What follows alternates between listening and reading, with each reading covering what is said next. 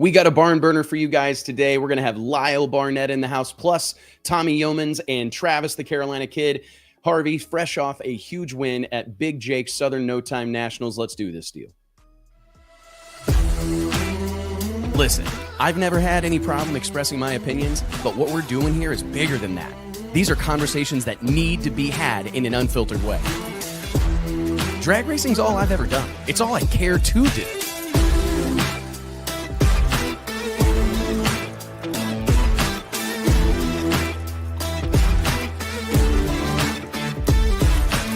I respect the history, I appreciate how far we've come, but I want more for this sport, and I'll fight for it.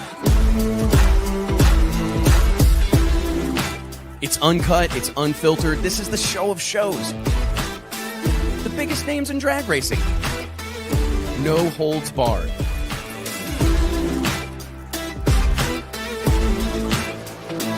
This is the great American motorsport, drag racing. Prove me wrong, I'll wait.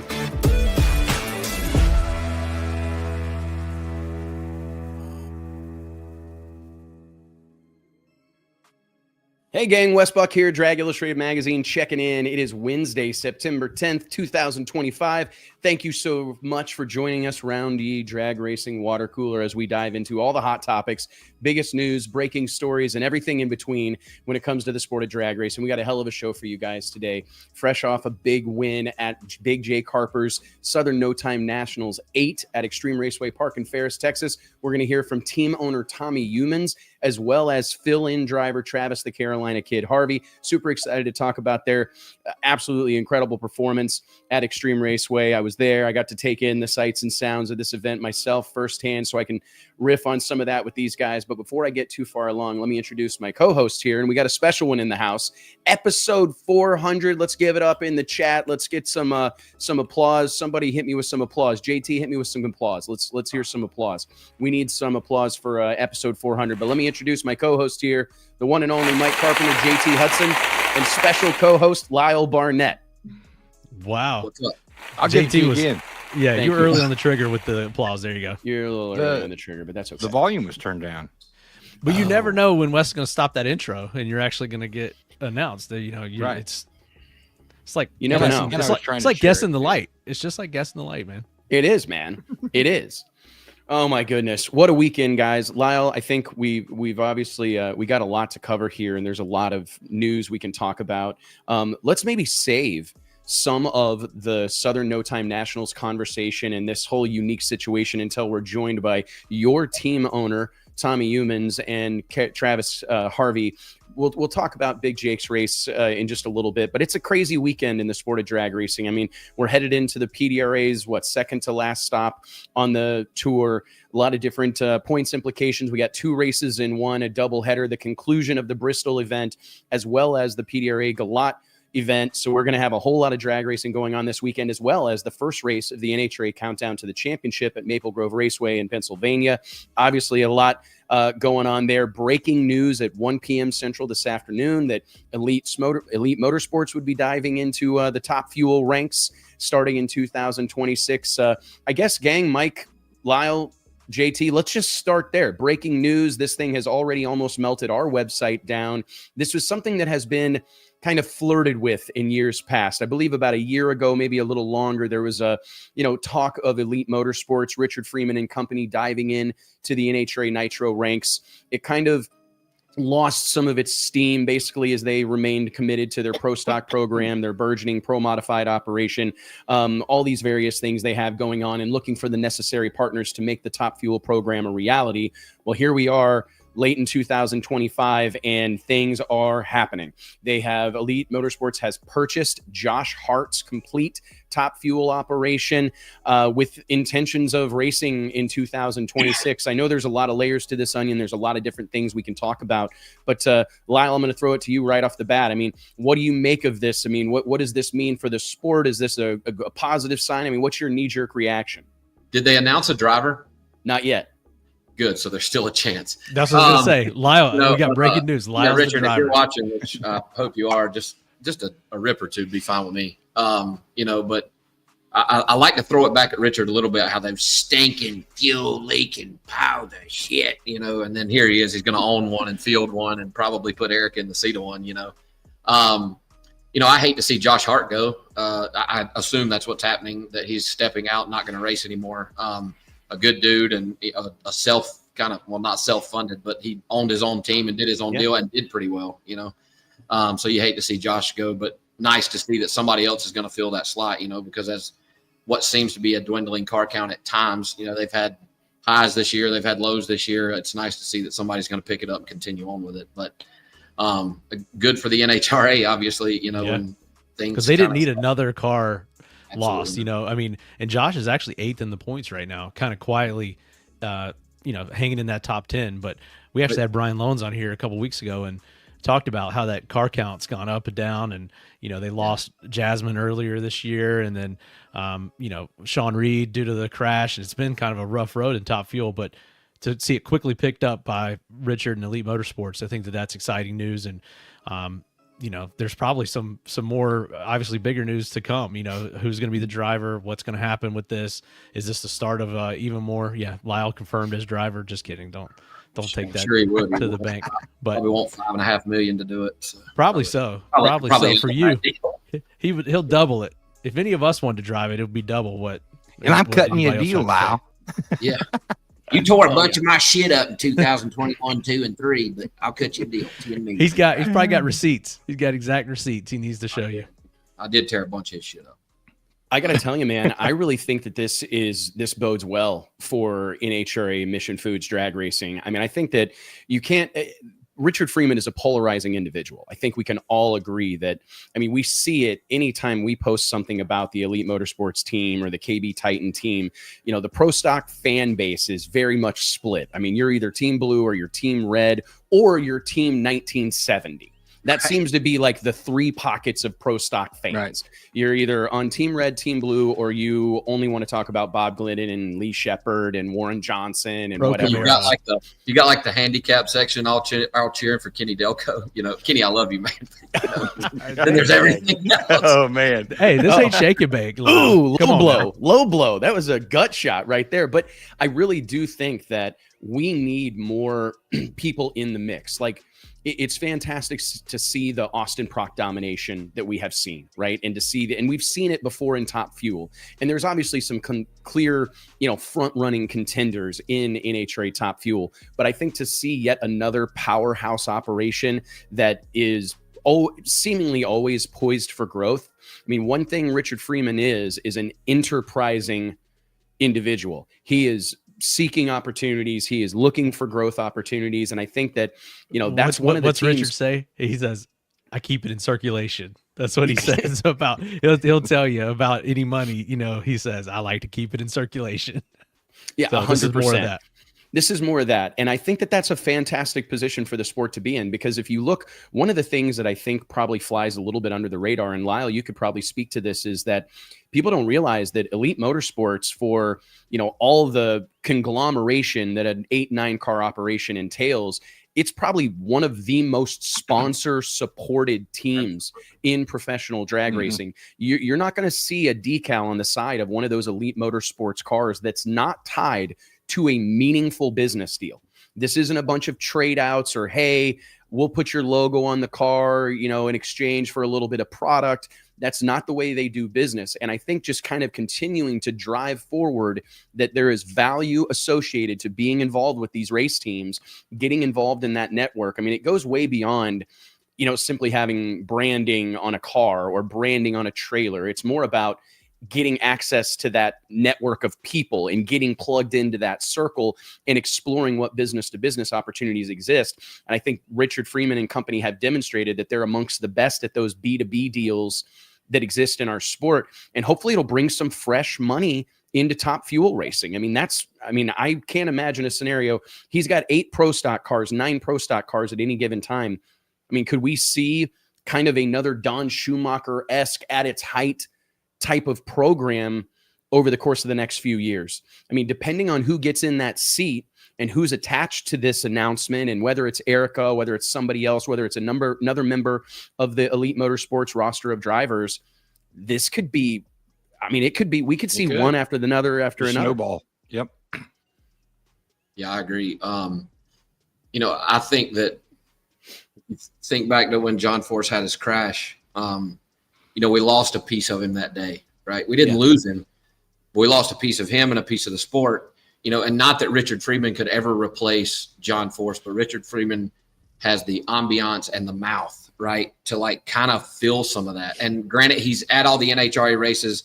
When one of his teams does well, there's typically Joe Costello or somebody with a microphone in his face, you know, and he gets to talk when that's going on. When the nitro stuff hits, obviously he's nowhere to be found, you know, unless smoke is running or something like that. But I think having him as a part of that deal and kind of breathing some of that kind of rough, Richard's, well, yeah, he is rough around the edges, but you know, he's a little rougher than your corporate dude, you know, right? And I think that's going to be good, you know. But as far as the sponsorship stuff and as that camp is concerned, like Richard would tell you today that if Erica Ender's car was not funded, they would park that MFer. You know what I mean? And like he means it, you know, and they work really hard to fund each and every one of those cars. Erica's probably one of the most well-funded race cars on the property, period, at all times. If you walk through the pits, there's probably no car there as well-funded as hers. And they work hard to do it, and their performance over the past decade has proved that. So I think it's good, dude. I'm excited. If it's not me in the seat, I'll still stand behind it when I get the chance, you know, and I'm going to root for them. They're good friends of mine, and I think they're going to do well regardless. I do too. I mean, Mike, what's your take on it? I mean, this is, you know, I know there's a part of me, just being, you know, candid. That's the name of the game here. Authentic self. There's a part of me that it tugs at my heartstrings a little bit going, oh no, the last thing I need is my door slammer guys, you know, getting drunk on nitro. Right. But I also recognize that in the current landscape, if you want to be, I mean, we've seen it for years and years. Lyle, you've experienced it as a driver. There's levels to this shit within the NHRA. And there is no doubt that if you want to be kind of part of the conversation, and admittedly, I want to give NHRA and the Fox team and everybody involved their props, like give them their flowers, because I do think they've done a better job covering other classes in recent history. But there's still no denying that a bulk of the attention, a bulk of the effort goes to Top Fuel and Funny Car. Yeah. Right. So if you want to be, sure. I mean, I think that's why we won't see Tony Stewart race pro stock, because, and JT, you and I have talked about this a lot, no matter how complicated it is, no matter how challenging it is, it would be perceived as a step down. Right. And I don't know even though it may be more of a driver's class and like a better fit for a driver like Tony Stewart, it is definitely in NHRA as far as the, you know, ambiance, I think was a good word like that Lyle used. And that was a good point that Lyle made about Richard, you know, being present in pro stock. But we love pro stock. We watch pro stock. But how many of these fans tune out when pro stock comes on? How many leave the stands and don't watch pro stock? It's sad to say. I think it's gotten better recently, but there's a large swath of NHRA fans that are nitro only and are there to see the nitro show. And I think having somebody with the personality and whatever it is, I don't know what you call this mix or the secret sauce that Richard has to be able to run a mega team, have sponsors, have this deal funded that's maybe missing over there right now. And we haven't seen since those days when these guys were able to put together these mega teams, I think is a good thing. So we'll see. I don't think it means anything. If anything, especially when it comes to Richard, he's interested in all of it. Obviously the Elite Motorsports $1 million that we've got coming up for the Drag Illustrated Winter Series that he's behind. He kind of wants it all. Like there's no half-ass with Richard. So I don't think that this means anything to his pro stock team or any of his pro mod interests or anything else. It's just an expansion and him sort of going all in on something that he's already devoted a large portion of his life and you know, a large portion of his business too. So I think that that's a good thing. I do too. It's another feather in his cap. Excuse me. You know, as much money as he spent in the sport, as many cars as he's fielded in the sport and drivers he's had. I mean, at some point, you know, he'll look back and maybe wish that he had that. And now he can say he did. And depending on who's driving for him, and man, if he gets the bug, maybe Lyle and maybe Erica, maybe, you know, some other rumors around what we've heard. But I don't know. I mean, it could actually snowball. The biggest thing for me is that I've always seen Richard go into these things with sustainability in mind, right? Right. And I think that that's probably the most exciting thing about it, is that I think a lot of times, and Lyle, I'd love to hear your opinion on this, but it feels like a lot of the growth that we've seen in our sport over the course of the last many decades, in my opinion, a lot of it has been fueled by these like independent philanthropic people that are getting involved because they're excited and they're fired up, and man, this drag racing stuff is cool and this is a great group of people to be around. They outlay this huge sum of money, they're buying up this, they're buying teams, they're sponsoring everybody, and then the next thing you know, it's gone. Yeah. Right? Like the fun wore off, the honeymoon ended, they're on down the road to the next thing. And that's not that those, you need those people. They're very important, but are they really what's going to carry this sport into the future? I think that's yet to be seen. I mean, we've seen it, and this isn't me throwing stones. I mean, these are just acknowledging, like we saw it. I'd say one of the biggest examples in recent history was Torco Race Fuels. There was a point in time when Torco sponsored like 15 professional race teams. And everybody that was on the sidelines watching this unfold knew that it was a ticking time bomb. There was just too many people involved, too many cooks in the kitchen, it was just too much. And at some point it was going to end. It quickly became unmanageable and certainly unsustainable financially. And then you see the Alanabi Racing, huge influx. They come in, buy up a bunch of teams. The next thing you know, you go to an ADRL race or you go to an NHRA race, and half the cars on the property seemingly have Alanabi Racing on the door. And I think there were those of us that were cheering that on, going, this is great. Anybody that's coming into the sport of drag racing, spending money, we got to cheer them on. But you also have to recognize that it's one of my favorite quotes is, hope is not a strategy. And I kind of think that's where we find ourselves when it's man, I hope this lasts. Man, I hope this works out. History tells us that is another quote that I'm a big believer in. Mark Twain, history doesn't repeat itself, but it often rhymes, right? Yeah. I mean, I'm not saying every one of these deals work out the same way, but history tells us that there's typically a lifespan. Right. And I think that what I see when I see people like Richard Freeman making these continued investments is I know that he's doing it with a long-term goal in mind. He's not doing this to go jack around in Top Fuel for 6 months or a year. He's not doing this to go run 10 races. He's going, hey, this is the first stepping stone towards, I imagine they'll run a full season in 2026, compete for a championship. And I venture to say they will apply the same, more cars, the better, turn this into a business.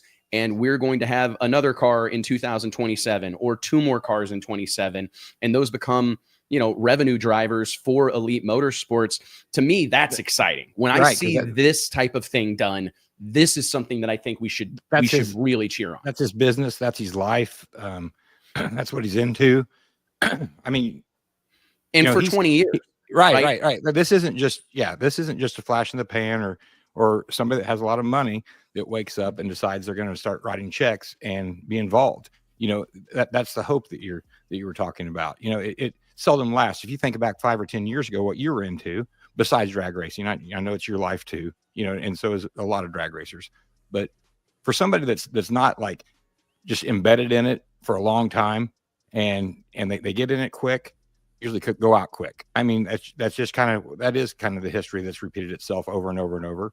And you're just hoping on a whim and a prayer that these people are going to wake up and not decide that, man, the weekend sure would look better on a yacht, or the weekend sure would look better going to the lake or whatever, or going golfing. Because that's what it is, man. And eventually somebody tugs on their ear and probably tells them, hey, you're spending a shit ton of money and not getting a whole lot back here. Lyle, what are you doing? You're burning my inheritance. Their kids are screaming at them. I do that is a real thing that happens where early on there's a lot of juice that comes from putting it together, right? There's a lot of juice that comes from the early happenings and sticking logos on stuff, and those things are fun. But soon it's purchase orders and invoices and putting out fires and dealing with drama and trying to keep a crew together. I mean, running one of these race teams at this point in time is a big undertaking. I mean, what's your experience? I mean, do you agree with that sentiment? I do. And in my opinion, like, kind of seems like a a power move by Richard, right? You know, if he's got all these pro stock teams, and in today's, you know, and I experienced it. I came into the NHRA driving pro mod for Richard thinking it is going to be so easy for me to find $500,000 a year and continue to race pro mod until I get tired of it, right? And it effing didn't happen, you know. And when it's as tough today probably as ever to find good corporate big money sponsorship, you know, and Richard probably one of the best at it, has 9 cars, you know, hey man, look, if you'll give this team $1 million, I'll put you on the side of 9 pro stock cars, right? And like that's for you, Wes Buck, as a business owner, you're going to go to, you know, and no harm or foul to those guys, go to Dallas Glen, get on 1 car, which I know they could get on several there too, or go to Elite and I'll give you 9 cars. And maybe at some point that kind of runs dry for some of his sponsors and he's, you know, kind of looking around like, what can I do next? Well, what more kind of appetizing to these sponsors than to be on the side of a Top Fuel car? And then I'll tell you what, for $1.5 million or whatever the number is, you'll get full sponsorship on this Top Fuel car. I'll put your sticker on 9 pro stock cars. You know what I mean? Yeah, like that's a big sell. Yeah. I mean, it is a big set. And for me, I'm going, that's 9, 10 brand ambassadors. I mean, that was the conversation that I had with Richard, where it's like, all of a sudden, not only do I have access to Erica Enders, but I've got access to Erica Enders, Troy Coughlin Jr., Jeg Coughlin, Aaron Stanfield, the Quadra Boys, and the list goes on. And I think that to me, at this point in time, when there's only, you know, it seems like these companies are doing something every weekend. I mean, man, those are, you need more than one person. You do. You know what I mean? You need. And you're talking about 1 million. I mean, I haven't looked at everybody's social media reach and whatnot, but I would say that's 1 million plus eyes that are going to see that. You know what I mean? If you count everybody associated with Elite Motorsports, all the big name drivers, Erica, Aaron, TJ, you know, everybody that's there, plus the Top Fuel deal, like, God darn, man, you know, it's going to bring a bunch of eyes over there. And I think it's brilliant, but, you know, I guess we'll see how it goes. Everything can not go as planned, but I foresee it going well. I think it's going to go well. I'm anxious. From what I've heard, there's more news coming, so I'm sure we will be finding about it here in the coming days, if not sooner. Because, dude, it clearly has a lot of people's attention. I know people got excited about this in 24 whenever it was kind of leaked out, but here it is actually happening, and I'm excited to see where it goes next, man. The Top Fuel, NHRA Top Fuel and Funny Car, we need more of these privateer team owners that have demonstrated a long-term commitment to the sport and are in it for the long haul and want to build something and be like a valuable partner really to the NHRA and, you know, help put on this show that, you know, in 2026, the NHRA is going to be celebrating 75 years of doing this. You know, for all the hell they take, it's hard to argue with the standing the test of time the way that they have, right? I mean, we're headed into the NHRA countdown to the championship. I want to blow through this really quick before we get into our first guest of the day, but let's just run through a couple of, you know, we just talked about, I heard you mention Smoke. I wish I was close enough with Tony Stewart to call him Smoke. I may start forcing it, Lyle. I may just do it anyways. Just refer to him as Smoke. But Tony Stewart comes into the NHRA countdown to the championship as the winner of the first ever NHRA Mission Foods Drag Racing regular season championship. I think that this is a really cool deal that the NHRA has rolled out in 25, and I'm excited to see where it goes from here. There's money attached to it. There's prestige attached to it, a trophy attached to it, photo shoots attached to it, lots of really great things. Do you think, let's go around the room here real quick. I mean, what do you think? Does Tony, is he positioned? I mean, obviously he's in a good spot, but we know what it's like to peak at the wrong time or perhaps get hot a little too late or a little too soon. Do you feel like they're well positioned to hold everyone off and be in the mix when it gets to Pomona? I do. And I don't know, I'm sure you guys saw it, how excited that dude was when he won the regular season championship. You know, yeah, he was still, they had the camera on him right when he found out about it. That was a good moment. And you know, I still hear it every now and again. He's done everything he wants to do. He's just over there playing, and that dude ain't playing. You know, like, he is there to win. He wants to win as bad as that dude wants to win, as bad or worse than anybody I know. You know, and to see him that pumped up, you know, and they deserve it, man. That, you know, that team's has been there and been so close. You know, Leah normally or almost won, you know, a world championship and lost it just a slim margin to Doug Coletta there year before last. You know, and so they've been there. They just haven't quite been able to push it through. And I think that, you know, Tony is driving really well. You know, you can kind of leave Justin Ashley out there as an outlier because that dude is just unhuman when it comes to leaving the starting line. But, Tony is driving really good. And for somebody who had never done this before, he's picking it up when it smokes the tire or shakes. And like, he's just doing a good job. He's leaving the starting line on time. And I don't see any reason why that they shouldn't be there when it counts late in the season. They've been consistent throughout the year, but I would definitely you mentioned Justin Ashley. He seems to be coming on at the end of the year as he normally does. Definitely somebody to watch. The Kalita cars are right there, and Antron, I think, is another one that is kind of a little bit of a dark horse right now, but you can never count him out. So those are the ones that I would look for. And of course, Brittany's always got the performance, but we just got to see them put it together on race day and get more consistent. And I don't think we've seen that happen quite yet. And as a reminder, Antron Brown won this race in 2024, headed into Maple Grove. I think we're going to see kind of an interesting weekend. It doesn't look like we're going to have the conditions for like the world-beating crazy ass runs that we kind of have come to expect from the Maple Grove race, but I do think we're probably going to see some, I'm looking forward to some more pedal fests like we've had, some rounds that are really up in the air and some upsets, but I wouldn't be surprised to see some of these guys that almost always shine late in the season to come on strong here. There was, and this is also the time of year. Go ahead, Mike. I was going to say, and how can you not pull for a guy who on his off weekend was down there with you boys at XRP this weekend,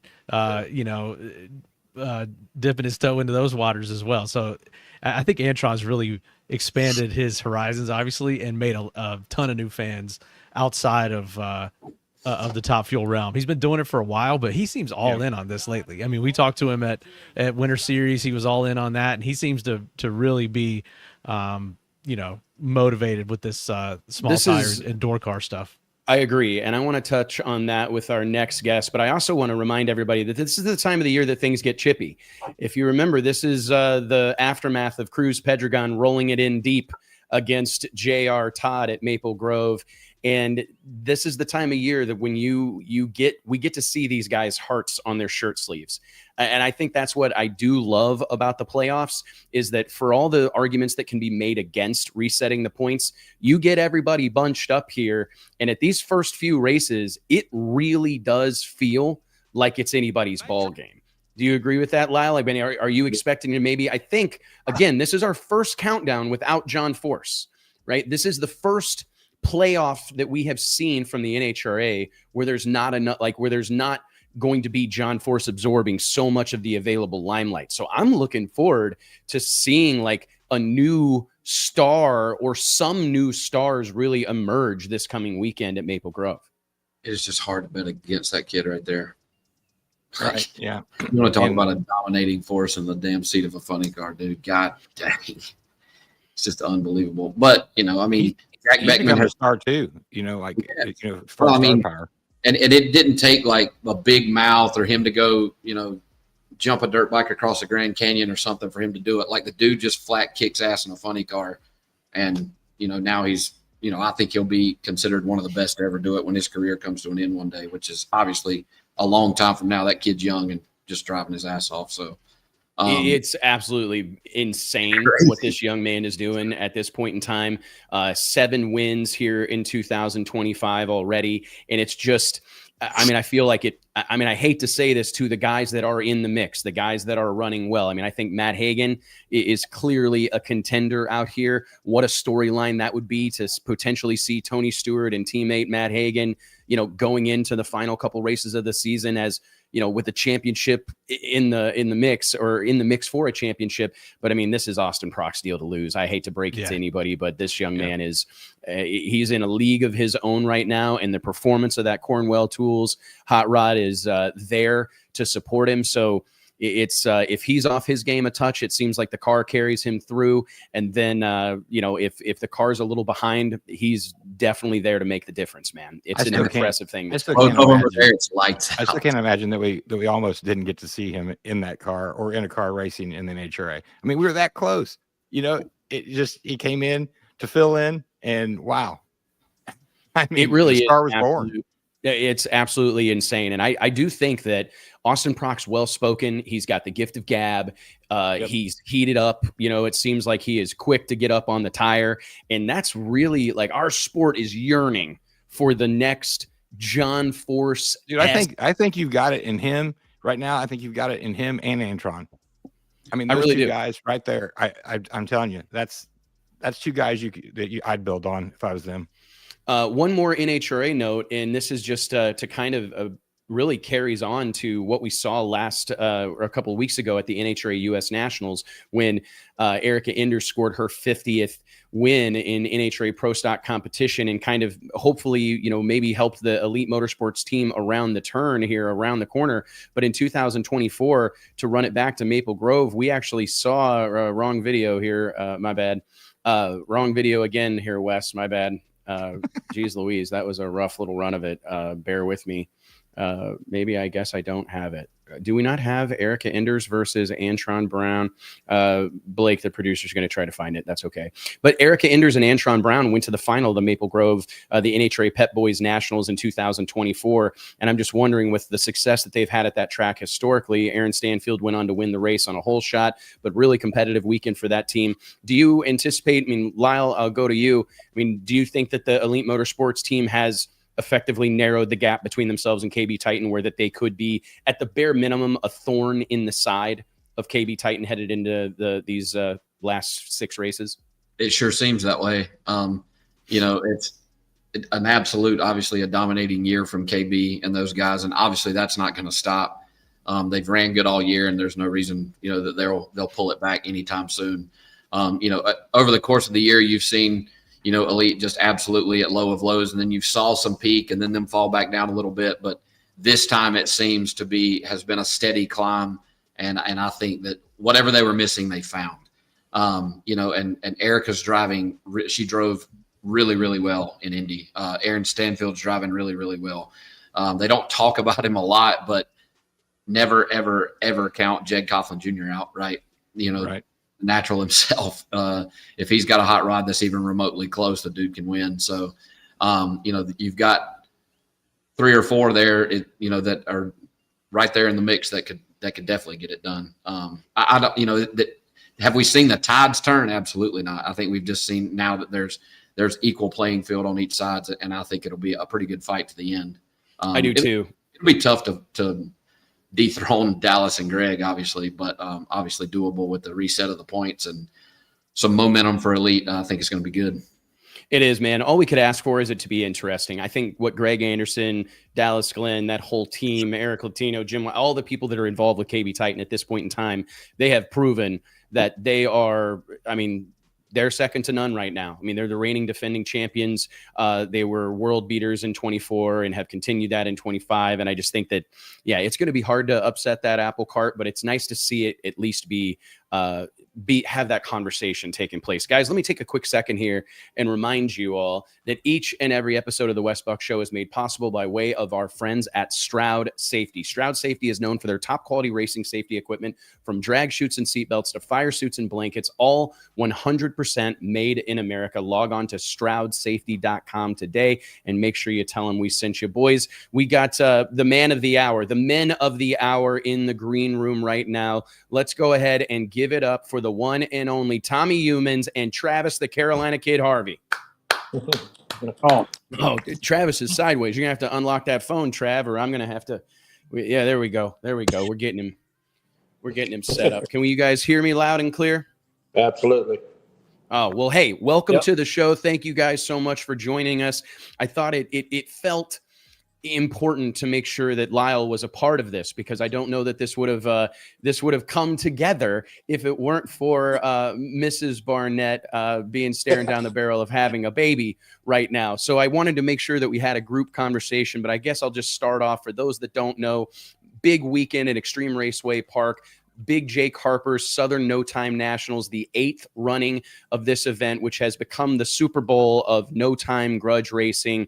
I believe they were testing on Tuesday, Wednesday. It's nearly a week-long endeavor. The place is packed full of people.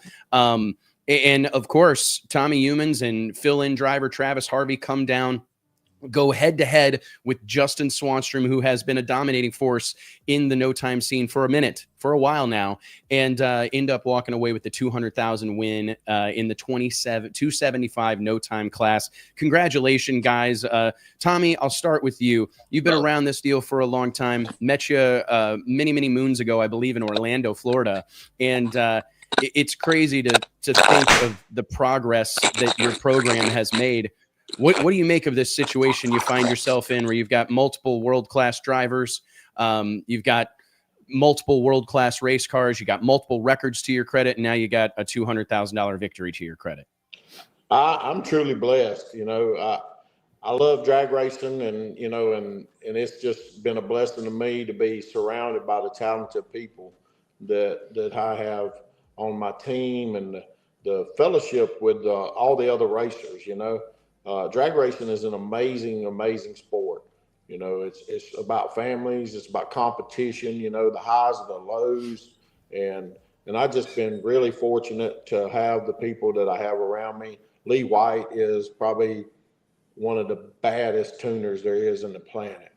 And he just fits with us. All the other guys, Lyle, Travis, we've been really blessed. Travis, was just, it was a God stance, because Lyle, man, he's a racer, and it was killing him, and the baby not getting here, and she being stubborn, and it was just, we all were sitting on pins and needles waiting, and we had a drop dead date on Monday, we needed to make a plan, and so we had heard a little rumor that Travis didn't have a ride and maybe might be going, so I reached out to him, and he said, sure, I'd love to drive the car, and Travis is an amazing driver, and we all know him, and he's a great person, and he fit in well with us. He's a little too quiet though, Lyle's, when you got Lyle there with you all the time, and he's up on the chip every time you turn around, you never know what to expect out of that guy. Then we get Travis over here, and he's just all calm and mellow, but no, we had a great time. I wish Lyle could have been there, I wish we could have had two cars there and had both of them there. Oh, what a deal that has, that whole event is just, it's insane to me. Do you know what I mean? Like the amount of cars, the amount, I think we're losing Travis here. Maybe we'll get him back, but I'm going to go ahead and play this final, and just, what do you make of that spectacle, Tommy? I mean, Lyle, you've been to the No Time Nationals before, have you not, Lyle? Okay, so Big Jake's race. Was actually my first time being out there during the actually event. I have been there in the days leading up to it, but the sea of humanity. I was talking to our producer Blake about this particular clip, and it literally feels like something from a movie. Like Travis or Tommy, what was it like that sea of people, all these folks yelling and screaming, betting? I mean, that environment is electric. It truly is.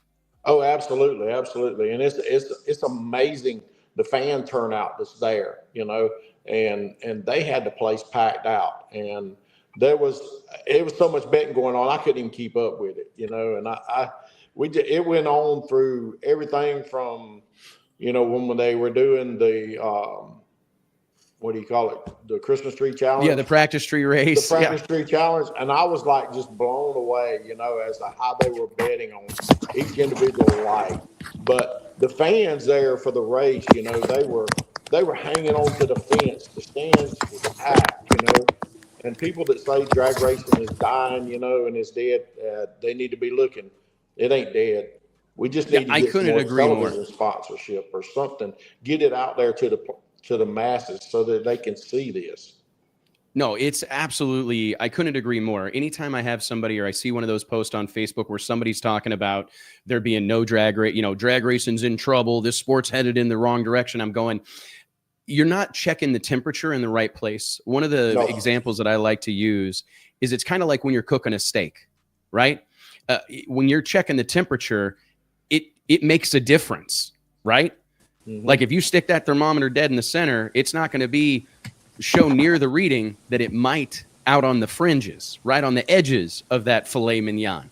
And that's what I think is happening in the sport of drag racing right now, where the heat and the action, by and large, is on the edges. It's on the fringe of our sport. You know what I mean? It's more about what's happening at Big Jake's race. I mean, even, radial tire racing, the Radial Tire Outlaw Series, the World Series of Pro Mod, and the Winter Series, and these fringe events like the PDRA and Midwest Drag Racing Series that are kind of not part of what has traditionally been drag racing. You know what I mean? What we've typically seen as the tip of the spear of the sport of drag racing has been the NHRA. And while I still argue that I think they're doing a fantastic job in many ways, it's different strokes for different folks. I mean, Lyle, you've been a part of this grudge racing scene, and albeit you haven't been to Big Jake's race, you know this brand of racing very well.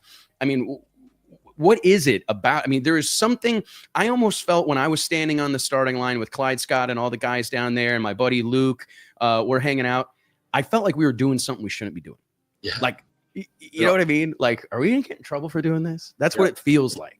Well, it's a culture thing. You know what I mean? Like that brand of drag racing, and let's face it, and everybody knows it, it was built on people doing stuff they shouldn't be doing, right? Like that's how all of no time and grudge racing became a thing, right? You can call it however they got their money, and they used that money to build a car, and then they used that car to bet big money and whatnot, and like it's just a different culture, like that. A lot of these fans that were in the stands at this very race, you'll never see them at a World Series of Pro Mod, right? Or maybe one day, but like these people, this is what they want to see. They want to know that there's big money on the line. There's big money between them in the stands. It's just different, man. There's really nothing. There's nothing else like it. Granted, there's 2 cars go down, 1 car comes back, but it's just different, dude. There's the fan base. These are late night deals. You do not see big money, no time grudge races ran at 2:00 in the afternoon. No. These things don't even, they don't even get the water turned on in the bathrooms good till about 9:00 at night. You know what I mean? It's so true, man, because I brought a buddy out there and I go, hey man, this deal, we may be here like when the sun comes up. There's no telling. Like if we want to see this deal through to conclusion, you better pack a change of clothes because we might have to sleep in the truck.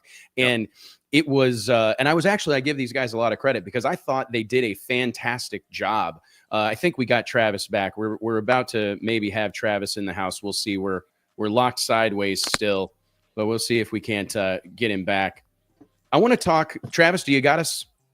Yeah, I got you now. Oh, hey, what's going on, buddy? Well, hey, we were just talking about the vibe at these grudge races. I mean, set the tone. Tommy, Travis, set the tone for that final round. You're going up against Justin Swanstrom. Everybody knows Moneybag, that green 68 Camaro is a hot rod. It's been fast. It's no secret. Lyle Barnett protested it to the world or presented it to the world a few weeks ago that Elvira is the baddest 275 car on the planet Earth. It looks like it deserves that title right now for sure. But what was the moment? Oh, we lost him again. Gosh dang it. Tommy, we'll go with you.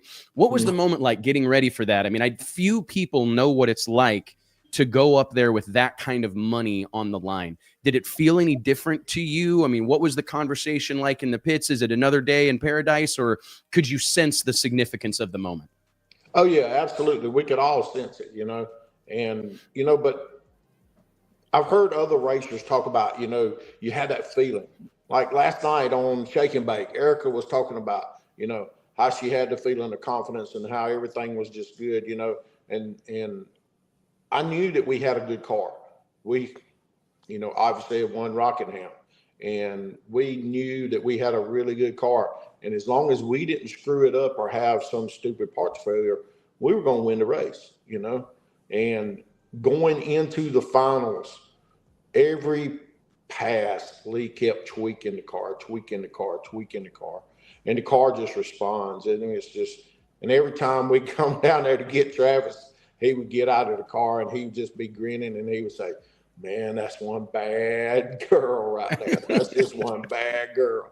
And it was, and it was just, we were pumped up and we just took our time, went over the car, made sure everything was right. Everything was just ready to go. And we got up there and the crowd was just all around us. They were everywhere. And when you pull up under the tower right there, and we were sitting there, and Travis and I were talking, and we were just, we got this, and just do your thing, And when we got him in the car and got ready to pull up to the line, the people were just everywhere, Wes. You were there, you saw. And that's what people don't experience that go to an NHRA race. They don't experience the crowd that is there, that's spectating, but yet they're participating, you know? And I couldn't agree I've more. invited guys that have been lifetime NHRA racers. I said, you need to go to one of these races. You need to just go. And they go, and when they see me, they like, man, this is unbelievable. This is unbelievable. But when we went up there and, you know, we had lane choice, and we were like, we'd always been in the left lane. You know, we only run one round in the right lane. And that was when Jordy had lane choice. But, you know, it was just, we couldn't change. Lee said, I believe the right lane's a little better. I believe the right lane's a little better, but I can't make myself change. I said, I don't want you to change. Let's go with what we know. You know, we've been down this lane, you know, and man, it was electric. When Elvira left out of there, you knew, you know, it didn't take but a split second. You knew that it was a done deal. But yeah, the crowd went crazy. You went crazy. I went crazy. Everybody, you know. No, it was a moment. And it's like this race has produced several of those. Like I think back to last year when we had Travis Harvey racing for Fletcher Cox for $100,000. I mean, like that race is just great for creating those moments. And there's a video, I don't know if you've seen it, and I'll find it and send it to you if you have it, Tommy, but there's a moment, and it's shot from the spectator side grandstands looking at the starting line. And after you guys do your burnouts and they start rolling towards the starting line, it's people are literally running from back in the staging lanes toward the starting line. And I mean, it looks like something's wrong. Like, hey, where are they going? What's happening? You know, but they're just all running up there to, like, to your point, be a part of that moment. And it was absolutely incredible. Lyle, I want to throw this to you. You've driven this car. You've won in this car. You know the performance of this car, and you know the performance of this group of people. Do you agree that people probably would be jaw-droppingly stunned if they had any idea how quick and how fast these cars are going on that little bitty 275 tire? There's a very small group that know. And if I'll be honest, probably, and you may know, but if I told you, you may not believe it, you know, how fast these things really are. And I said it on Saturday night. You know, I told Tommy, I said, I nearly chewed my fingernails off. You know, I was texting and I wanted to be there so bad, you know, but obviously for good reason, I was home. But I said it on Saturday night, like they will write a book on high gear in that race car right there in Elvira. Like, and Travis told me on the phone after he won Saturday night, he's like, dude, that thing pulls so hard through the middle, you know, and it's 128% overdriven screw blower in as lightweight as you can get at Pro Mod. It's unbelievable, you know, and I truly believe that Lee White is probably, if not the best, one of the best tuners in the kind of unlimited overdriven superchargers. He's good all the way around. Like, there's no combination you can't put in front of Lee White that he can't figure out how to get down the racetrack and get it down the racetrack fast. But that high overdrive, screw blown kind of outlaw, unlimited type stuff, like that dude is just flat good. And we don't have that many runs on that car. Like, we went to Carolina to test it for the very first time. And like the first run to the stripe, it knocks a blower off of it. You know, we had a parts failure. It had broke the edge of a valve off and it went through the motor and it tore a supercharger up, you know, and all. We borrowed, like, I guess the blower that's on it, Tommy's still the one we borrowed, right? Yeah, that one. Well, it ain't borrowed no more because I replaced it with a brand new one. That one ain't going nowhere. Right. That one ain't coming off the car. And thankfully, Brian Priest, who's another customer of Lee's, had a screw blower there at Lee's shop. We strapped it on. Untested, went straight to Kentucky, broke a couple valve springs there when we run Travis first round, and it just didn't run as good as it should have, and we lost first round there, which I'll be honest, I was pretty devastated because I knew we had a car that could win that race too. We went to Rockingham, and Rockingham and Jake's both, you just could not have asked for a better performance out of the race car. You know, there was a round there at Jake's that Travis texted me, and he was like, man, I missed it and the car saved me, you know, and like that thing is right now.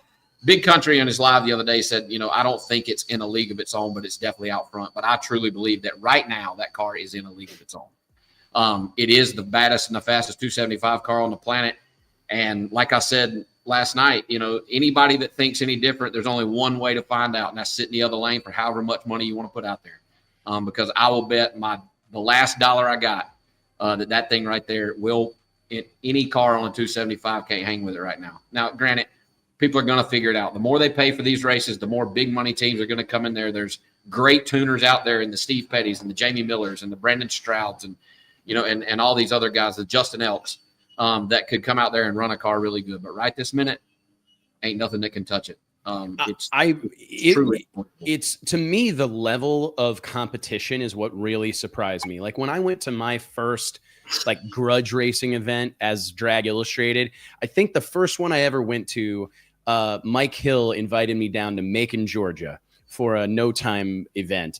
And I remember, I think I drove down there. That was back when I was beating around in my Lumina, broke as joke, trying to make this thing go.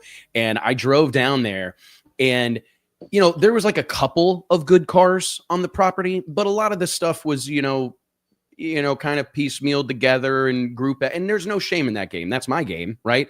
But I was genuinely surprised by the level of competition and the level of equipment that was on the property as a whole. Like there was a lot. I mean, hell, Manny Bajinga had 3 bad to the bone world-class hot rods on the property alone. Justin Swanstrom had 4 good cars there. I mean, and the list goes on. Brandon McGee and Jamie Hancock's new car. I mean, I was surprised.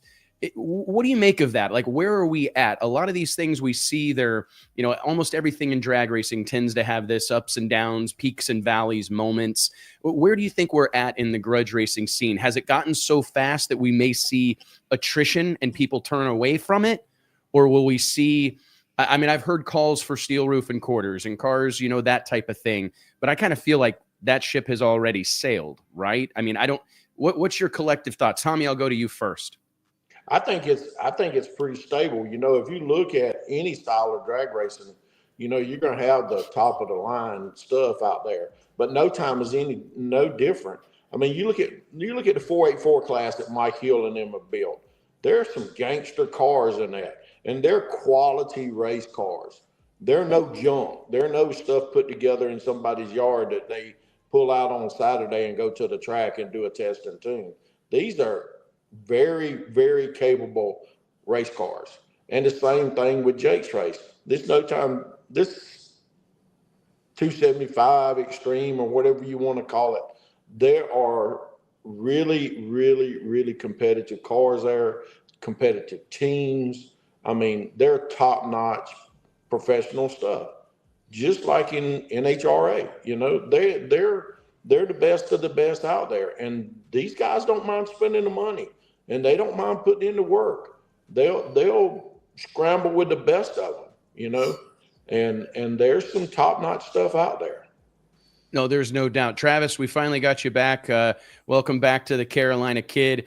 I'm curious for you. We talked about this a moment ago. But oh my goodness, this is almost comical at this point. Okay, never mind. Lyle, I'm curious. I mean, I had a conversation with a dear friend of mine that's a racer in this the no time world, and he was just talking like being blown away by how fast you're going on these 275, this little bitty tire, and kind of just wondering. Like, are you guys collectively surprised by this? Because I find it absolutely bonkers that this is the pathway that has been chosen. You know what I mean? Like, in what world does it make sense to put a little bitty radial tire on the back of one of these cars? Right. I mean, I'd heard rumor about how fast they were, you know, before I started driving this car for Tommy, but I'd never experienced it, you know, and I kind of have my doubts. I'm like, man, I just don't know, you know, like that just seems ridiculously fast, and it's exceeded my expectations. And I think we're headed possibly to where nobody else has been before. You know, but there is a part of me, and I talked about this with Isaac Preston, because those guys are running out the back harder than anybody, period, on a 275. You know, that thing's flat getting it done out the back. You know, and I'm a little concerned that we're running into the limitations of the tire. And not as far as traction is concerned. You either got that or you don't. But is the tire truly capable of going as fast as we're headed, right? You know, like top fuel cars chunk tires, right? You know, that's what I was just getting ready to say. Yeah. And we have chunked 275s on this very car. You know, and that's something that we have to keep a very, very close watch on, you know, and when I say a close watch, I don't mean just lay under it and spin it and make sure you don't see any chunks. Like, start looking for things that are trending in that direction, right? Do you see any cracks or slits or anything like that? And it's something that I hope all these guys are paying attention to, you know, but,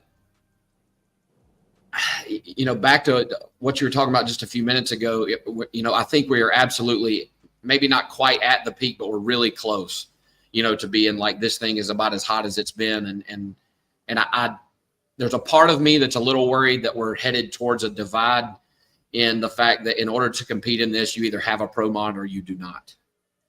You know, and so me personally, and this is kind of counterproductive to what we're doing here, but I don't really think they belong. You know, like it's Tommy's got a couple. He's also got the baddest 275 car officially, right, on the planet in salvage title that I run in Pro 275. And I truly believe that those are the cars that belong in this particular style and class of racing, are 100%. Pro 275 caliber and type cars. And I know you said the steel roof and quarter deal. While that's stock body, stock wheelbase cars. Real cars. You know, and that, in my opinion, that's really what belongs. The pro mods, they're causing this huge separation in what's competitive and what is not. There are a couple cars out there that can still do it, right? Louis Vuitton in the Michael Hall's camp, Justin Swanstrom and those guys. You know, there's still some real cars out there that can do it, but there's just not many. And there would be a ton more that could if they took the pro mods away. And I hate to be like that when we've got a car that's running so good. But if we want to see this thing continue to grow and continue to be popular and these tracks continue to pick it up and able to get the car count that it takes to pay these kind of purses, we got to figure out which direction we're going. And I don't think the pro mod route is the right direction, because the guys that have pro mods and are real pro mod racers, and we are too, but you know, your PDRA faithfuls and whatnot, they're not putting 275s on those cars. Right. You know what I mean? And what, like the whole thing of, I find it interesting how seriously they take this no lighting the boards deal. Oh yeah. I mean, it's a for the uninitiated, basically, if you have lit a scoreboard in the previous calendar year, you are not racing that car at the Southern No Time Nationals. In most of those guys, it's don't mess with my old lady, don't mess with my kids, and damn, do not light the boards when my race car goes down the racetrack. You know, like that's like top 3 priorities in their life. You know, it's pretty interesting. So like, because I've always argued that I think pro mods are probably one of the best investment you can make as a team owner in drag racing right now, because there's so many places to race them and there's options. You know what I mean? Like if you want to go race PDRA, or you want to go race Midwest, or you want to go race IHRA, you want to go race NHRA quarter mile, you want to go 2 or 3 times a year and run Radio versus the World with Donald Long. Like there's just a lot of ways to make use of those race cars. There's a lot of places to go be a part of that. You can run the winter series, et cetera, et cetera, et cetera. And I think that that's a valuable thing. But if you can't turn the boards on, all of a sudden you're back to having something that's sitting around until it's time for US 60 or Rockingham, or we got Swan Fest coming up in a few weeks at Rockingham Dragway. So I was trying to let Travis's connection stabilize there. And does his phone ring a lot? Because I think that's what's happening. It probably does. I think that's what's happening. I'm not positive, but I think it's what's happening. Okay, so closing notes here. What's next, guys? Where are we headed next? Where's Tommy Youmans racing? I mean, we got to carry this momentum, right? You guys have had a hell of a run here. I'm sure Lyle will be back in the seat, barring everything goes well, and from my mouth to God's ears, that everything goes well with your better half there, Lyle, and the new one. But what's next for the Youmans racing operation? We actually talked about it. Tommy called me on Sunday on his way home, and he was like, man, we kind of got to figure out what we're doing here coming up, you know, because I'm, you know, and a point that I was going to make earlier before we brought these guys on is, you know, I'm a pretty, Travis and I both are kind of rare. I get the question all the time is, how do I, and these are people, you know, whether it's through Instagram or something, how do I get the opportunity, or how do I find myself into the seat of a pro mod, you know, or one of these race cars like you drive? And Travis and I are pretty rare and a very small percentage of the guys that do it out here. Most of them are Tommies, and they drive their own shit. You know what I mean? Like, and Tommy is somebody who really loves drag racing and loves to watch his stuff go up and down the racetrack, has the best stuff that money can buy, the best guys around it. And he gives somebody like me who would not have the opportunity without him to do what I do, and over the course of the almost 20 years that I've been doing this, which is wild to say, I've worked really hard to perfect a craft, right? I'm not an engine guy. I'm not a tuner. I'm not a back half guy. Most of the time in the pits, Tommy and them don't even really trust me to put air in the tires, But when it comes to driving the race car, that's what I've worked really hard on. And I feel like part of me working hard and there's some natural ability that the good Lord gave me in these things, but it's gotten me into a position where I can drive really nice stuff like Tommy's got, and I'm super thankful for that and absolutely would not race at this level without him. And I tell you what, Tommy, like if you've watched any of the comments, I want you to know, Tommy, that myself and there's a whole world of us that truly appreciate people like you that are willing to give guys like Lyle Barnett a chance, because our sport needs the Lyle Barnetts and Travis Harveys of the world. And I think that we are in a bit of a precarious position as a sport that the barrier to entry is fairly significant. You know what I mean? It's not just a walk in the park. I heard Lyle and Stevie talking about it on Shake and Bake last night. I mean, you're talking about nearly a $500,000 investment, to have a world-class Pro Mod car. And it's totally justifiable to say, if I'm paying for it, I'm tearing it up. I'm driving it. That makes sense. JT says that to me every time we talk about it. If I'm the one paying for it, I'm the one driving it. But I think that in order for our sport to grow, we need these stars. We need young, relatable people like Travis Harvey and Lyle are two classic examples of very marketable people, very marketable stars that people latch onto. I mean, you saw the reaction from the fan base in Texas from Travis Harvey just being on the property. I saw it. Every photographer's going up and fist bumping him. Every videographer's wanting to go get a quote from him or get him on camera. And I see the same thing every time I'm around Lyle. And I think that we're blessed as a sport, to have guys such as you that want to see our sport continue to grow and want to see some of these deserving young men and women get the chance that they deserve. So thank you, Tommy. Yeah, absolutely. Now, Tommy still likes to let go of a button now. Don't. I like standing. You ain't giving it up. I like ain't giving it up. The car. But I like being in the car too, and I still enjoy it, and it's fun. But back to your original question, we're going to, of course, we're going to Swan Fest, and I think we're going to do a couple more of the IHRA races before the season ends. Maybe I don't know if we'll go to PDRA Virginia. We might, but we looked at maybe possibly going to the World Street, but we're most certainly coming to your races. And, well, that's what we're here. That's what I want to hear, baby. We're looking forward to that, and we hope that you're going to do, a pro street tile race, and we're going to do Pro Mod and Pro 10.5 at all three events. Okay. So we'll have a point series for both. We obviously got the Elite Motorsports Million up for grabs in pro modified competition. We're still working on the purse details for Pro 10.5, but we're absolutely going to run a Pro Street small tire class as like our co-main event of all three races. And I really hope that's kind of our building block moving forward. I think those are two of the best classes that exist in drag racing. Great inventory of cars, and even more importantly, great inventory of people. Just a lot of great people that are involved in those two classes that I think are going to be a perfect fit for this. We have talked, I see Michael Poland in the comments talking about a true 10.5 deal. I was a big fan of the King of the Street race. Shout out to Corey Stamper, Shady Side, everybody that was involved with bringing that deal to life, because that was another badass moment in the sport of drag racing. That was one thing that I was just fixing to say, that I hope you explore the opportunity of maybe in the finals, at the last race, y'all do a true 28 race. Because it was really fun at Shady Side, and I think there's a lot of cars out there.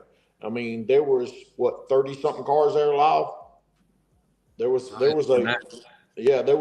bunch of cars there, and I think if you did that at World Series, it would be impressive for people to see those cars.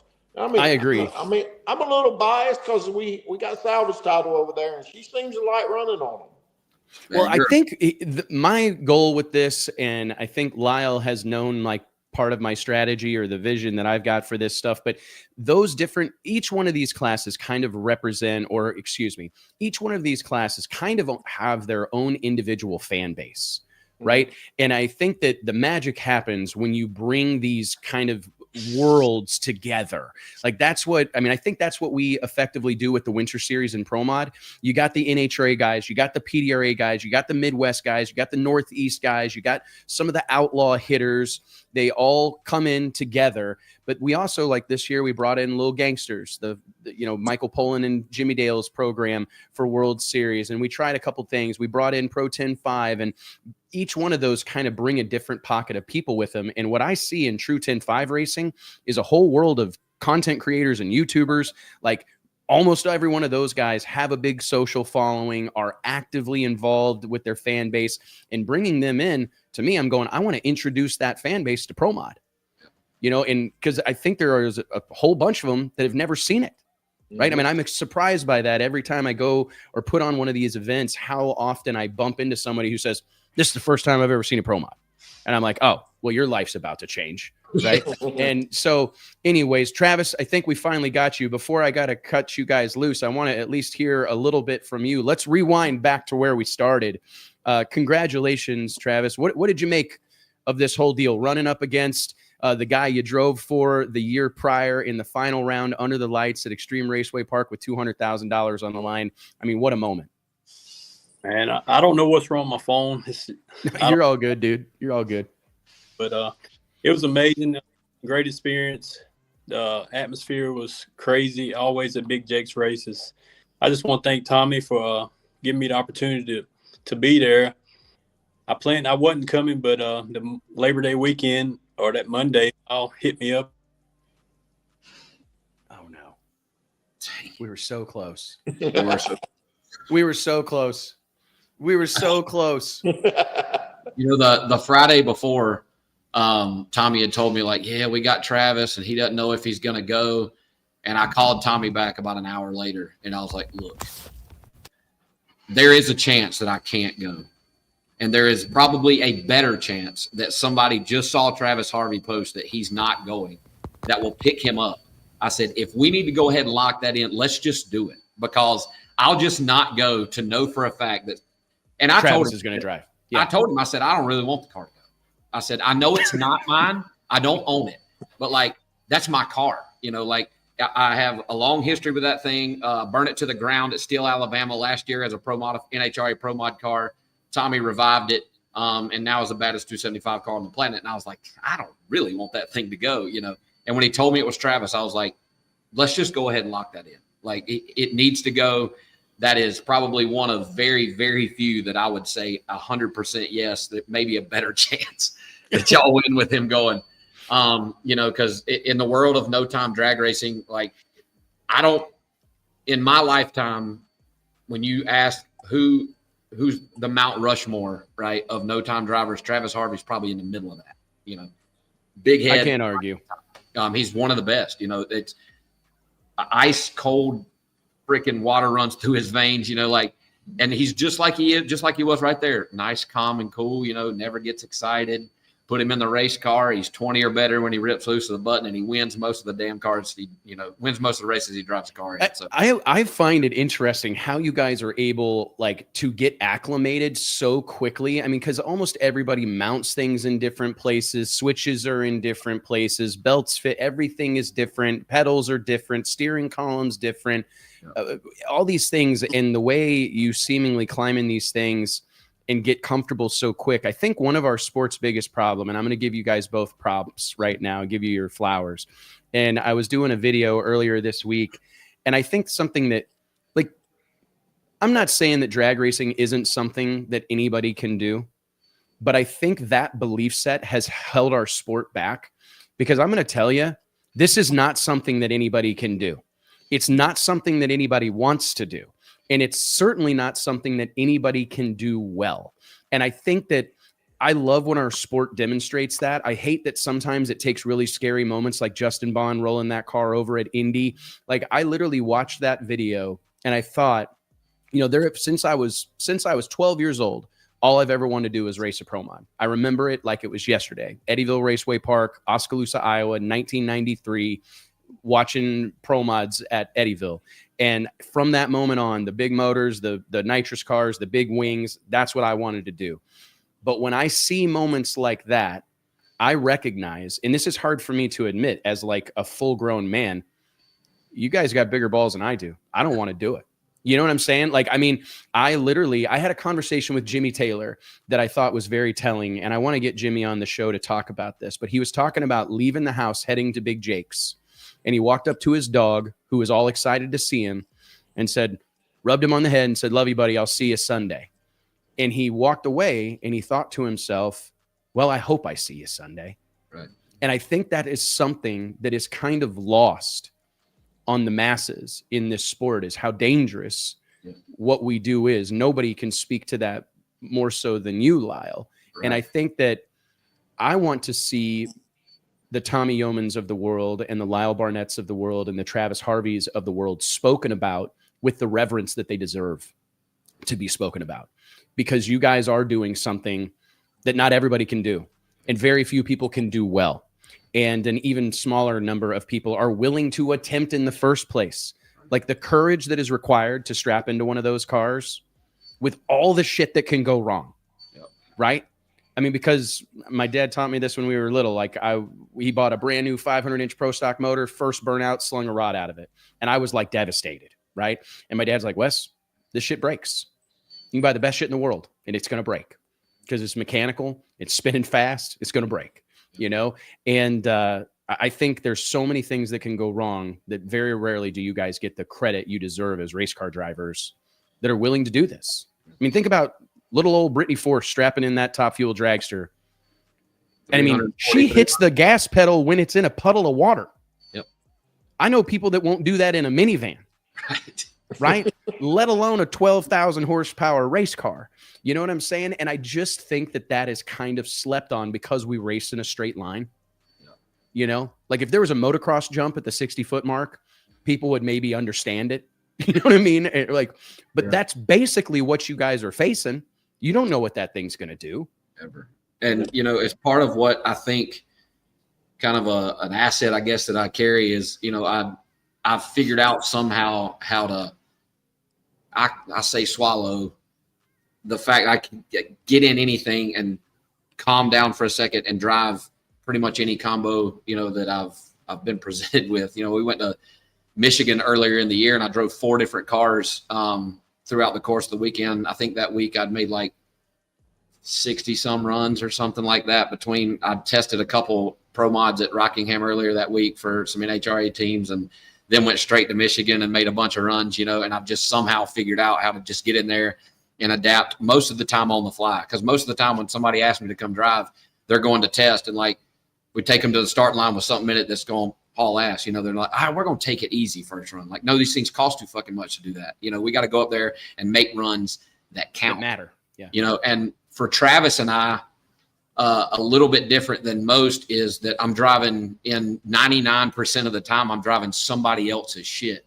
You know what I mean? And something that Tommy Youmans has spent $500,000 on, and you got to drive them good enough to win, but you got to respect them enough not to tear them up. And like, that's a really tough line to toe. Cause like, how far do you drive them? Right. If it was mine, and I'm not saying I would drive it I think I found the limits of how hard you can drive one, no matter whose it is, but it's really tough to go out there and, and that thing's headed for the center line, but you're out front and I'm about to win the $1 million for, the Elite Million at the Winter Series. And I've won the 2 races, and like, that thing's headed to the center line. How far do you take it? Right. When do you feather the throttle and set it down and know that King Cartuccio is about to poke his nose out there? You know what I mean? Yeah, 100%. It's really hard as a driver that drives for someone else to find that threshold.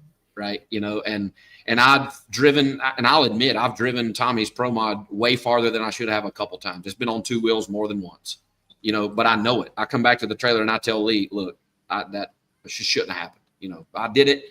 I know what I did. and you know it won't happen again. You know, but it's tough, man. It's you would think it was something that would keep me up at night and keep me stressed out when I'm there, but I know that Tommy trusts me 100% when I take a car to the starting line of his.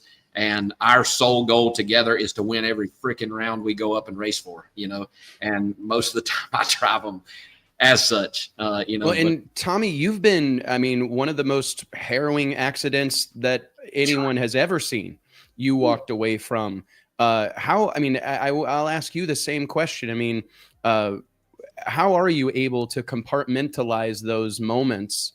Because I'm sure you can recount that experience right now. Absolutely. With absolute clarity, vividly. Yeah. Right. Yeah. And as a driver, you know, and just like Lyle said, you know when you're driving it too far, and you know you have to learn from those things. And you know, I remember the next time that we went back to Alabama, and went back with the GTO, and we went out there, and Lee was tuning the car, you know, and we go down the right lane the first time, you know, and then he comes back and he said, "I want to try the left lane. You good with that?" And I said, "I'm fine with that," you know. So because that was the lane I was in when we crashed. And so we get up there and let go of the button, make a good clean pass, you know. And he said, "How did that feel?" I said, "A hell of a lot better than the last time I was in the left lane." So, but you know, you have to put that in the back of your mind. And, you know, there were several things that caused that, you know. One of them was a driver overdriving the car, wanting to go faster, you know, wanting to go faster. You know, I think we went 370 something the pass before that, you know, and Jamie was turning it up a little bit more, you know, and the car got out there and power wheelied, you know, and I kept driving it. I kept pedaling it and driving it. And I caused a little bit of that, and the way the ECU was set up caused a little bit of it, but it was a learning lesson for me, you know. God took care of me, and I was in the right place at the right time. And, people say, the right place at the right time. I said, well, UAB Birmingham was right up the road. They're the third best in the nation for trauma back surgeries, you know? So if it was going to happen, it happened there, you know? And it's an incredible thing, man. I truly, I mean, I tip my cap to you. And I think that this is something that, like I said, needs to be talked about more, because I think there is this kind of pervasive mindset that it's like, oh, let me drive that son of a bitch. I'll show you. And it's like, hey, buddy, no, you won't. I mean, I'll tell you, I talk to a lot of team owners and crew chiefs. And a lot of times we'll see like a new dude come on the scene and he's going to go pro mod racing, right? One of the biggest issues, though, crew chiefs and tuners have is getting that guy to hold the pedal down. Yeah. You know what I mean? Like, I've had guys that have lost significant chunks of a season because their driver because it's a natural instinct, right? Like, everything in your mind should be telling you to let out of the gas. This is not right. But in those moments, even if it's on a string, this is G-forces, wheels up, all I see is sky, limited visibility, let out of it, right? But you can't if you want to win and be the best. And I think that to me, it doesn't get talked about enough that it takes a lot of courage just to hold that damn pedal down. It sounds simple, but it takes some balls just to hold it down. Yeah. And I mean, you see it all the time when somebody's doing their first ever burnout, right? In one of these fast cars, is that it's like, hey man, you're going to have to rev this thing up. I know you're rolling through some water, but you're going to have to get after it a little bit. You know what I mean? It's a race car. And it's how uncomfortable that is, because nobody wants to tear anything up. Everybody kind of wants to pussyfoot around, but these things can't be pussyfooted with. You'll hurt them worse and yourself by not doing that. If you don't hold it down, you'll hurt them or yourself worse. It's an incredible thing, man. They're designed to run like that. It's a crazy thing. I'm super appreciative of your guys' time. Congratulations on a hell of a weekend, Lyle. I'm sure you felt like the odd man out, and that's why, again, I wanted to have you on the show. Lyle, we'll keep you around for a minute if you've got time. But Tommy, we've taken enough of your afternoon. We surely appreciate you shooting the shit with us. Congrats on a hell of a weekend, and keep me posted on where we're headed next, and I'll come and hang out with you and your better half. All right, thank you. One of the coolest things I see is Tommy walking around with his wife, hand in hand. Yep. Everywhere he goes, they go to the starting line together. They go to the concession stand together. I love that. And I don't think we see as much of that as I'd like to see. So thanks for setting a great example for a whole bunch of us. Thank you, Wes. Appreciate it, brother. Talk to you Go soon. have that baby, Lyle. We're working on it, dog. We're working on it. Is Mike and JT still here? I didn't expect. I mean, we could have used a little bit of Mike when Travis was. We could have used you, big dog. Oh, could have used a little Mike, not JT, huh? Yeah. Oh, No, we could have I- used you too, but you normally You like don't need to us, bow man. out. We're good, man. We got a nap in. Yeah. Well, no, actually, I mean, this is live. I mean, we got the news that Charlie Kirk was shot. So I mean, God, dude, that's bad. That's crazy. and it's Really? and it's bad. Oh yeah, at Utah University. Yeah. With, I mean, it's like, I mean, there's so many Alicia's blowing me up here. videos with of it on the Charlie internet Kirk already. Shot. God. Yeah. Prayers Right, go it's out a to bad Charlie deal. Kirk. This is a bad deal, man. I don't know what's happening in our world right now. But I don't know, man. I just feel like as a community, as a society, we're better than this. Yep. And I just That and poor that's guy, that poor another guy who just thought he was going to make a difference, starting a conversation, and then I mean and it's like, sad. man, everybody, opinions, who cares? You know what I Right, mean? and- Like, I don't ever get too wrapped up in what you know what I'm saying? Because right. I get it. yeah, Yep. and when you stop talking is when violence happens. I mean, it's Yep. 100%. Like, we've got to have conversations. We got to talk about these things. I mean, it's really the Well, it modus doesn't help. operandi It of doesn't this help show. when the media pushes these, pushes shit. You got MSNBC saying that, oh, we don't even know, it could be one of his followers shooting a gun in celebration.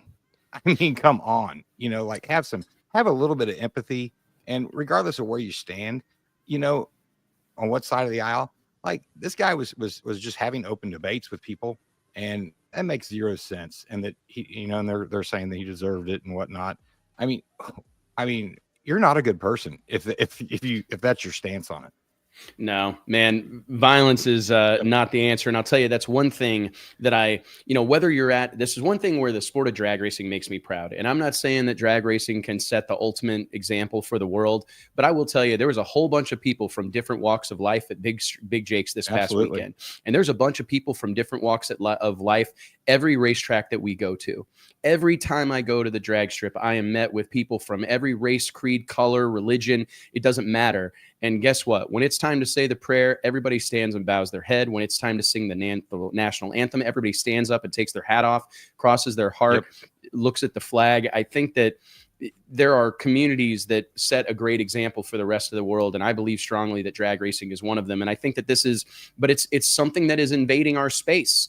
I mean, in 2025, Lyle, I'm sure you've heard about, I'm seeing guys get hit with wheelie bars. I'm hearing about a stabbing at this racetrack or a shooting at this racetrack. And these are things that we must not allow to invade the safe space that is the drag strip. I tell this story a lot, but I feel strongly that I could have brought my kids out to Big Jake's this weekend, and they may have ended up shooting dice on the starting line. It might have been at a dice game. They might have been shooting dice on the starting line. But I tell you what, nobody would have hurt them.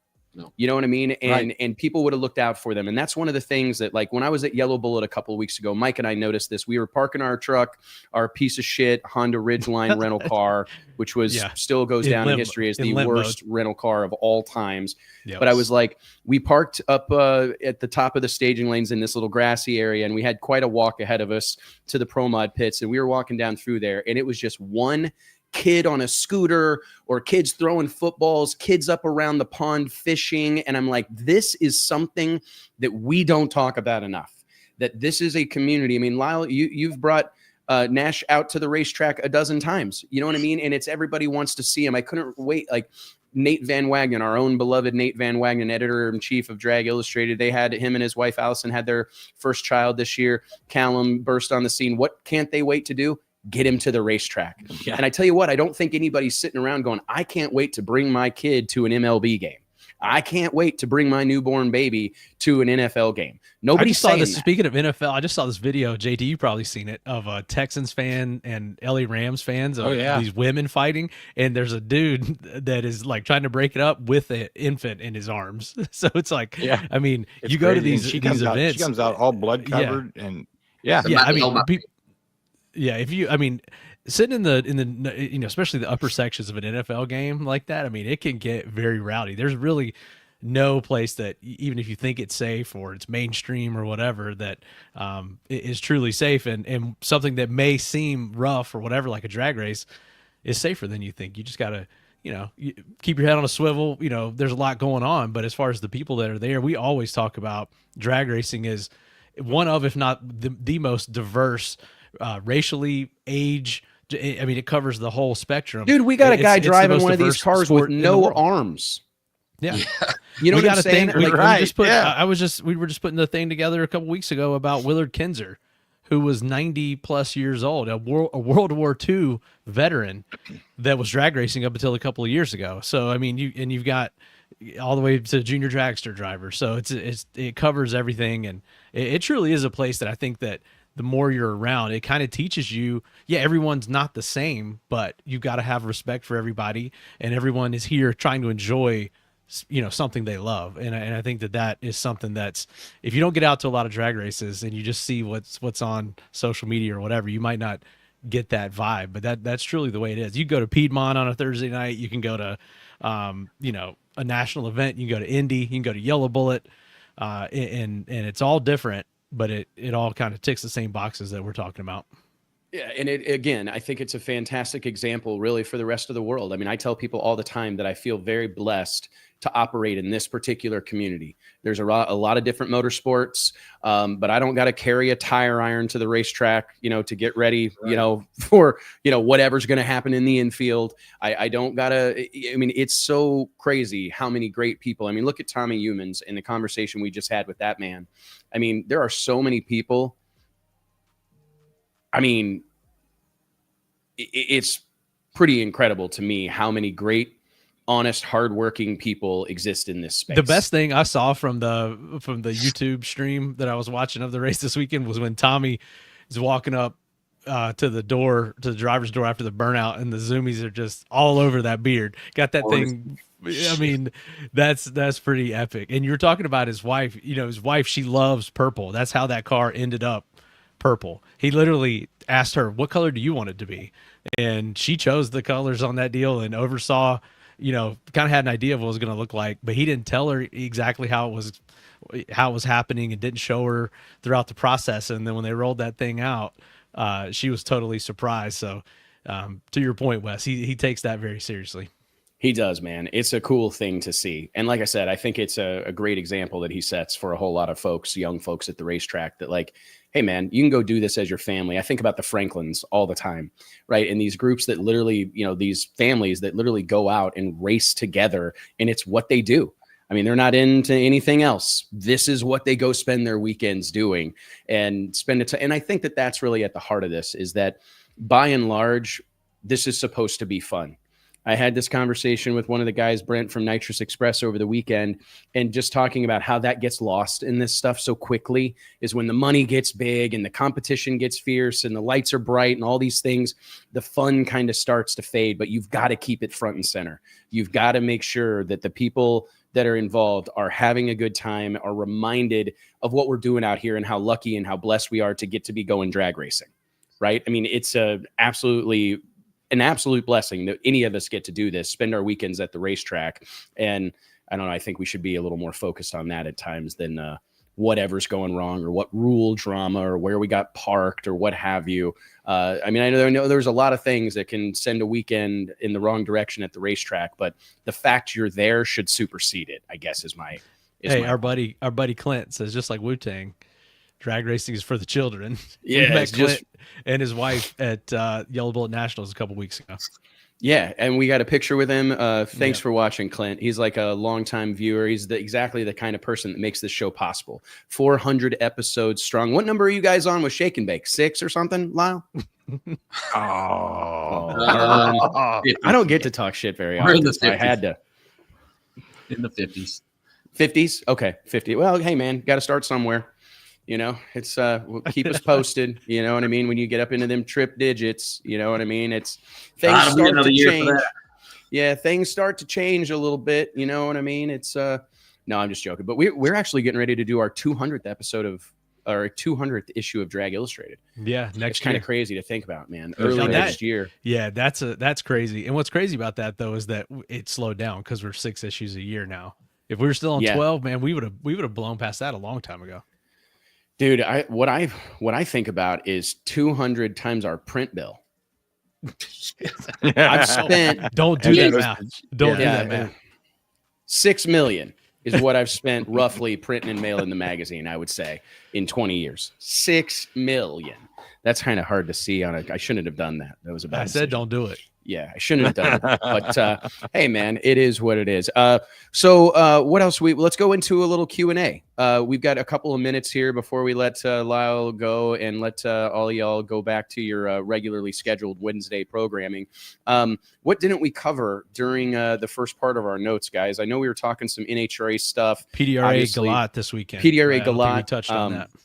Yeah, let's dive into PDRA Galat. Hate you're not going to be there, Lyle.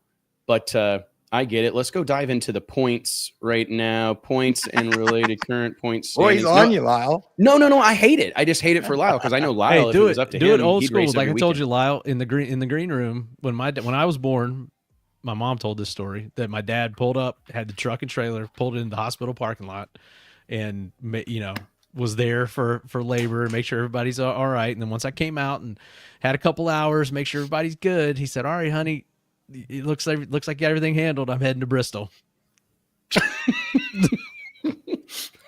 You think you can pull that off in 2025? Tell him Daddy Lyle? loves him. Yeah. He's going to dedicate the win to you. Get live here on the show, and we'll see how that goes. You can't pull that. I feel like you can't pull that off in 2025.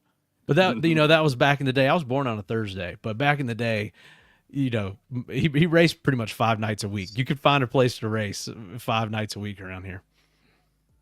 It's kind of crazy, wild. really. That is wild. We're about back to that, man. I mean, this last stretch, there was like 9 Pro Mod races damn near in a row. Yeah. I mean, this summer has been bonkers as far as Pro Mod racing. But talking about the fast approaching Redline Oil PDRA drag racing series, Ty Tutterow leading the points in Pro Boost competition, maintaining a slight margin over Jason Harris, Johnny Camp, Melanie Slemmy, Steve King, Randy Weatherford, Kurt Stedding, Preston Tanner, who has ran really well this year. We've also got relative fresh face to Pro Mod, John Daughtry, Scott Lang rounding out the top 10. I mean, I think with a double up this weekend or with a double header this weekend, I mean, you get on a roll early in the weekend, we could see one of these deals all but locked up. Yeah, no doubt, man. I mean, it's hard to believe there's only this, the remaining rounds from Bristol and then this event and then one more. And then we've actually, VMP's moved up a couple weeks this year compared to in the past. So that's coming not too far down the road, and hopefully they get some better weather than they typically do for that event. I think that's part of what motivated the schedule change. You just never know what you're going to get in November. We've been in early November in VMP. Like this false fall, here lately. Yeah, it's killer this around weekend here right now. Yeah, I was going to say this weekend, I think it's supposed to warm back up, right? And get back up in the 90s and stuff. So hope you all enjoyed it because I didn't. It reminded me that winter was around the corner, and I hate that. So. Oh, it'll be here in no time. Does it ever really get? You don't even how have cold winter, will it do you? get out on the East Coast there, Charlotte area, Mooresville area? It's cold. What Or for it the can winter? get- Yeah. Yeah. Does it get? I mean, it can get cold. I mean, it doesn't Yeah, they've get had Kansas snow. City. It doesn't get Kansas City cold. Yeah, no, we're lucky here in North Texas. It'll cool off, but it doesn't get too bad.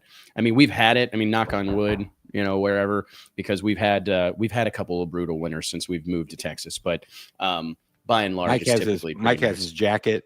He has a jacket. That's my indie gear, gloves, man. And his I'll have to scarf. break that out when just we go for into PRI, PRI. man. He Yeah, can't wait to yeah. get it out. I'm like, oh Yep. man. I don't have, you don't have to Poland- break that out anymore, man. I mean, it doesn't seem like it gets You can leave cold the there scarf at home, either. okay? Yeah. Lyle, here's a No, question that's for We don't want to you: get our asses That's kicked for at the you. bar. Is Lyle bringing beer money to Swanfest? Yeah, man, I could drive it to Rockingham from where I'm sitting right now. yeah, it'll be there. So finally, You should do that. Jimmy Dale and I will get our. We've got a locked in $1,000 grudge race in Little Gangsters trim, and we will finally get that off in Rockingham. So yes, I will be there. JT, though, winter is coming, which I know you don't like. However, there are 3 rounds of 4 to 5 nights a week at Linksters upon us. So That's true. Ooh. That's true. Lot You to better look start for. training. You start your training now. Are you gonna name your kid Linkster? I think There's another good question for Melissa while we're live on the air. Right now. One, can I come to the she'll- hospital she'll for 5 love minutes? us. Thank you, She's like, July. you can never go on that goddamn West Buck show ever again. Oh, dude, I think Terrible example. I've heard that Linksters.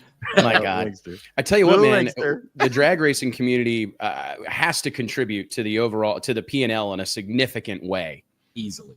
I mean, it is. I'm surprised. Significantly cult lumber. Yes, Oh, yeah. significant Culp Lumber. Yeah, the Culp Lumber boys have a big time at Linksters. I can't wait for winter, man. Winter is officially coming. It's time, and I'm excited to see these other sanctions and series kind of winding down, so we can get ready for the coming together that is the Drag Can we wrap- Illustrated Winter Series wrap presented by those JNA Service. Races up just a little bit earlier, so we have a little bit of time. I mean, people go Oh, to bed get to early. Linksters. Yeah. Well, I don't think they close early. I think that's one of them. on the important stuff. JT needs a minimum of about 4 or 5 hours to really get his feel. Yeah, Yeah. it takes him a minute.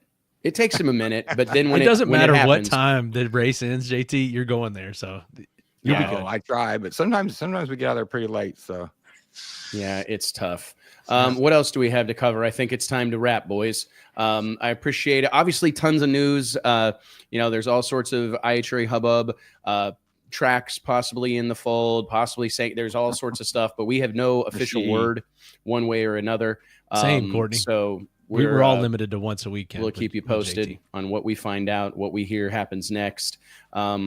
Lyle, we got the update on your guys' program from Tommy about what you guys are looking to do next. So keep us posted on that. And until then, we'll look forward to seeing you as soon as humanly possible. And good luck out at Swanfest against our own Jimmy Dale. That's no sweat, man. No problem. Long ride back to Texas, $1,000 short there, Poland. Better hope you don't lose your seat cushion. Better hope they don't, buddy. Check he who's lost joining that the show. thing going to Linksters one night. Remember that? Yeah, Yeah. And then he found another one maybe on some. yeah, it was like marketplace not or right. Yeah. Oh, dude. Yeah, they got to be careful hauling that wheelchair on the back of a race car, too. It makes me nervous whenever they stick it in the trunk. I didn't realize how much those cushions were. Me either. Who would have thought that they were so expensive? Crazy. I tried to get Mark from DSP to pour him a seat for his wheelchair track, but it just wouldn't quite work out. So anyways, maybe next time we'll get one of those DSP seats on there. But all right, guys. Well, hey, thank you all so much for joining us, Lyle. Really appreciate you. You kind of filled in. You know what? You got one back on Travis. We were supposed to have him on the show, and you filled in for him. Perfect. So There you go. Good timing. And a huge shout out to Tommy Youmans for joining us, Travis Harvey. What we got to talk to him there, and hopefully we'll try that again in the near future. Always loving having the Carolina kid on here, guys. We'll see you next week, and we'll see you at the racetrack if we don't see you sooner. Appreciate it. See y'all. Thanks, boys. There you go.